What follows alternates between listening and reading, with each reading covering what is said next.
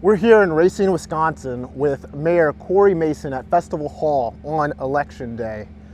We know that in the past week, there have been a lot of developments. The governor of Wisconsin tried to suspend the elections and was rebuffed by the state's Supreme Court. So Mayor Mason, we just want to ask what your thoughts are on the developments that have been happening, what you feel about how voters can get their voices heard amid the precautions that they need to take. Yeah, I mean, I think what the governor did yesterday was the right call. We were trying to find a way for people to just have everyone be mailed a ballot to avoid having to come up in person and potentially jeopardize their health. So, what the court decision did, what the Republicans in the legislature did, basically put us in this position where voters are left with trying to make a decision between voting, which is one of the most important rights that we have in this country, and protecting their health. And so, here in Racine, we're doing everything we can to make that as safe as possible. We're doing this drive-through voting for people who want to use curbside voting if they're worried about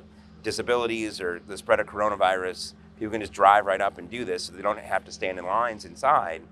But there's no doubt that the changes that were made yesterday, which were extraordinary, as you said, the governor saying one thing, the court intervening to stop it, it's an extraordinary thing. And we're obviously deeply concerned what it's going to mean to have millions of people going out to the polls across the state right in the midst of a pandemic when we're trying to get people to stay further apart. All right. Well, thank you for your time, Mr. Mayor. My pleasure. It's Lorenzo Santos reporting, Racine, Wisconsin, Rhetor News.